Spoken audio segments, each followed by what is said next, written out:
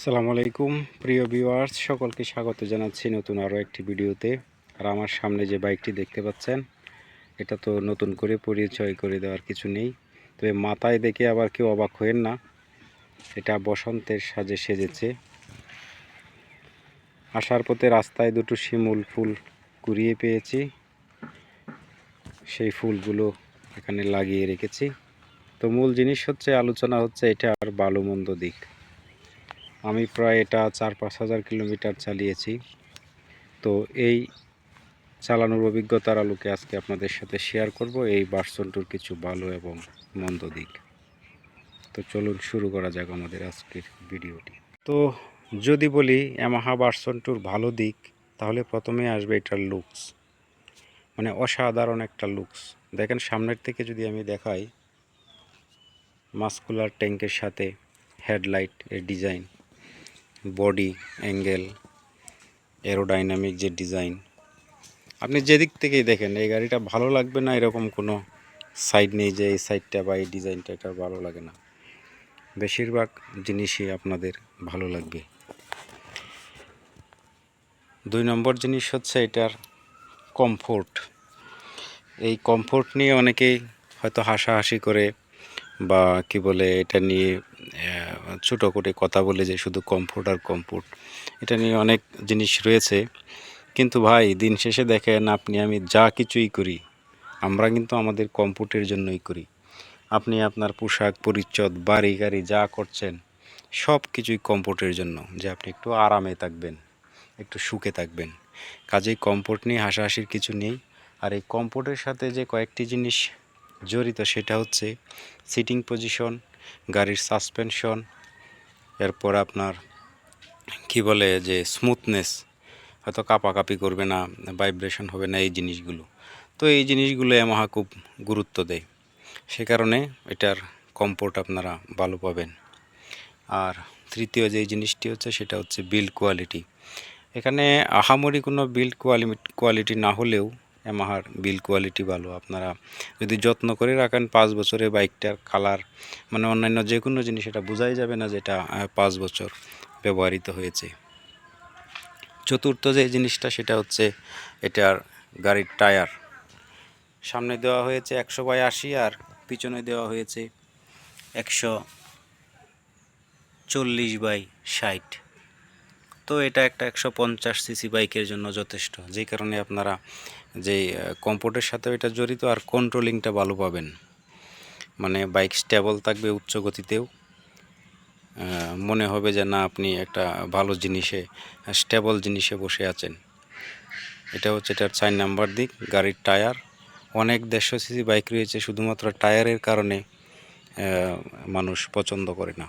তো এটার টায়ার সেকশনটাও ভালো, এটার সাথে তুলনা করা যায় তাহলে জিক্সার বা জিক্সার এসএফ, সেই টায়ারগুলো এটার সাথে যায়। পঞ্চম যে জিনিসটা, সেটা হচ্ছে এটার ব্রেকিং। ইয়ামাহার ব্রেকিং নিয়ে আসলে নতুন করে বলার কিছু নাই। এই গাড়িতে কোনো এবিএস নাই, কোনো কি বলে যে এখন ট্রাকশন কন্ট্রোল ব্যবহার করা হয়, এই ধরনের কোনো জিনিস এই বাড়িতে নাই। খুবই সাধারণ, সামনে আর পিছনে ডিস্ক ব্রেক ব্যবহার করা হয়েছে। সামনের কালিবার হিসেবে দেওয়া হয়েছে এখানে বাইব্রির কালিবার। আপনারা জানেন বাইব্রি একটি প্রতিষ্ঠিত ব্র্যান্ড, এবং সামনের ডিস্কটা অনেক বড়, যে কারণে ব্রেকিং করে খুব ভালো পারফরমেন্স পাওয়া যায়। পিছনেও ডিস্ক ব্রেক, অর্থাৎ সামনে পিছনে দুইখানেই ডিস্ক ব্রেক দেওয়া হয়েছে, যেই কারণে ভালো ব্রেকিং কন্ট্রোলিং পাবেন।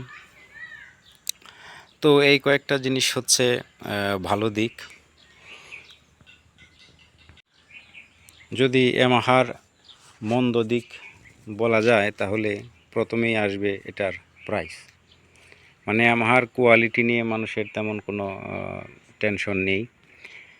প্রথমেই যে জিনিসটা মানুষকে বিরক্ত করে, সেটা হচ্ছে প্রাইস। যে এরকম একটা এবিএস নেই, এরকম একটা বাইকের দাম প্রায় 2.5 লক্ষ টাকা, এটা আসলে আমাদের জন্য একটু কষ্ট। হয়তো 2,10,15 বা 20-এর মধ্যে হলেও সেটা মানানসই ছিল। কাজেই প্রথম অপছন্দের দিক হচ্ছে এটার দাম।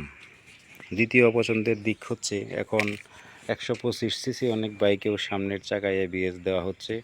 সেখানে এই বাইকটা প্রায় 1 যুগ ধরে বাংলাদেশের মার্কেটে চলছে। এখনও শুধুমাত্র কালার পরিবর্তনের মাধ্যমেই এটা আপডেট করা হচ্ছে, এছাড়া অন্য কোনো কিছু এটাতে আপডেট করা হচ্ছে না। তৃতীয় যে জিনিসটি সেটা হচ্ছে এটার মিটার সম্পূর্ণ ডিজিটাল হওয়া সত্ত্বেও এখানে অনেক কিছুই নেই।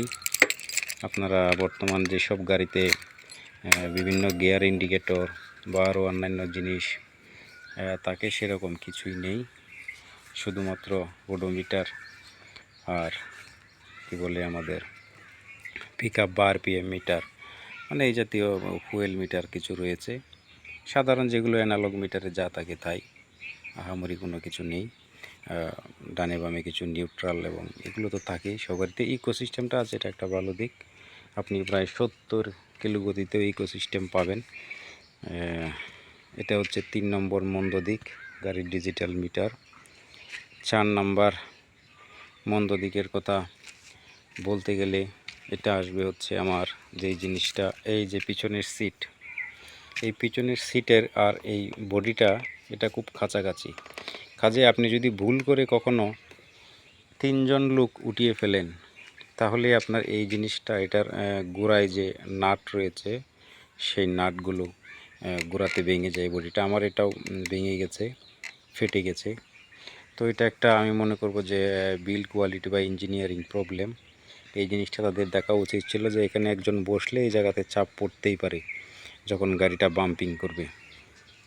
এটা হচ্ছে এটার তৃতীয় মন্দ দিক। চতুর্থত মন্দ দিক বললে আসলে আমার খুব বেশি মন্দ দিক পাওয়া যায় না। চতুর্থ মন্দ দিক হচ্ছে এটার সাইলেন্সার। দেখেন, গাড়ির বয়স 1 বছর, এখানে মরিচা পড়ে যাচ্ছে, আর এটার কারণ হচ্ছে চাকা থেকে ময়লাটা সরাসরি এখানে এসে লাগে, এটা একটা জিনিস। আরেকটা জিনিস হচ্ছে সাইলেন্সারটা নিয়ে দেওয়া হয়েছে একদম বডির নিচে, অর্থাৎ আপনি যদি স্ট্যান্ড উঠিয়ে ফেলেন, কোনো কারণে যদি গাড়ি কারোর সাথে বাধাপ্রাপ্ত হয়, অর্থাৎ অনেক সময় আমাদের স্পিড ব্রেকার থাকে যেগুলো একটু উঁচু, সেখানে উঁচু ব্রেকারে আপনার গাড়ি আটকে যায়, তখন এই সাইলেন্সারের উপর চাপ পড়ে এবং সাইলেন্সারটা ফেটে যেতে পারে। আর এটা সবার নিচে দেওয়ার কারণে ময়লা আবর্জনা বেশি হয় এবং সঠিকভাবে পরিষ্কার পরিচ্ছন্ন না করলে খুব অল্প দিনের মধ্যেই নষ্ট হয়ে যেতে পারে, যেটা আসলে একটা আপনার হিউজ টাকা লাগতে পারে। আমি জানি না কত টাকা লাগে, তবে 8-10 হাজার টাকার কম নয়। তো এটা একটা আমি মনে করব যে বিল্ড কোয়ালিটি ইঞ্জিনিয়ারিং প্রবলেম। এছাড়া আর কি বলবো, ইন্ডিকেটর তো ওই যে আপনি গাড়ি কেনার পরেই এই জিনিসটা আপনাকে পাল্টাতে হবে, সেটা মতো এই সুইচের কারণে। আর এখনও এই যুগে সেও হ্যালোজেন লাইট ব্যবহার করা হচ্ছে, আমি LED লাগিয়ে নিয়েছি।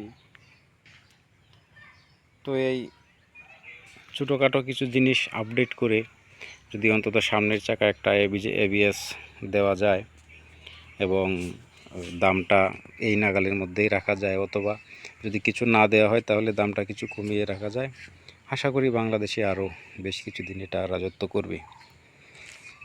তো জানি না কেমন লাগলো আপনাদের কাছে ভিডিওটি, আপনারা অবশ্যই কমেন্ট করে জানাবেন। যারা নতুন গাড়ি কিনতে যাচ্ছেন 150 সিসি কোনটা ভালো লাগে। এটার পাওয়ার নিয়ে বলতে গেলে আপনি বাংলাদেশে প্রচলিত যে কোনো কোম্পানির 150 সিসি বাইকের মধ্যে এটার পাওয়ার কম। আপনি হিরো হাং বলেন, বাজাজ পালসার, জিক্সার, সুজুকির, তারপরে আপনার হুন্ডা এক্সব্লেড বা হর্নেট, যে কোনো গাড়ির চেয়ে আপনার অন্তত আধা বা 1 হর্স পাওয়ার শক্তি কম। তো তারপরও মানুষ ইয়ামাহাকে ভালোবাসে, আমরাও ভালোবাসি ইয়ামাহাকে। আশা করি ইয়ামাহা আমাদের ভালোবাসার প্রতি সম্মান রেখে এটার দাম কিছুটা কমাবে, অথবা এটাতে কিছু ফিচার ABS এই জাতীয় জিনিস যোগ করবে। তো সকলে ভালো থাকুন, সুস্থ থাকুন, আর ভিডিওটি ভালো লাগলে অবশ্যই চ্যানেলটি সাবস্ক্রাইব করে রাখবেন। ফেসবুক থেকে দেখে থাকলে ফলো দিয়ে পাশে থাকবেন। আসসালামু আলাইকুম রহমতুল্লাহি ওয়া বারাকাতুহু।